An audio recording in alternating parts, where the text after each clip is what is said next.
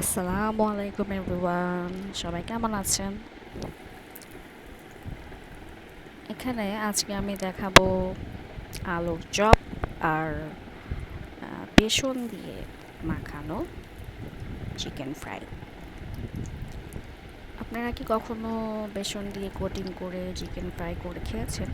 আমি জানি না, হয়তো খেয়েছেন আবার নাও খেয়ে থাকতে পারেন। যদি না খেয়ে থাকেন ট্রাই করবেন, অনেক টেস্টি হয়।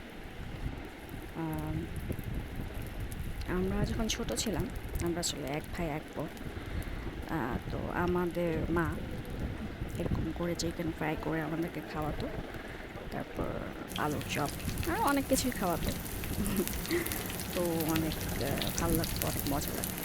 তো যখন বিশেষ কোনো অকেশন থাকে তখন তাকে আমরা একটু প্যারা দিই, এছাড়া তাকে আমরা প্যারা দিই না।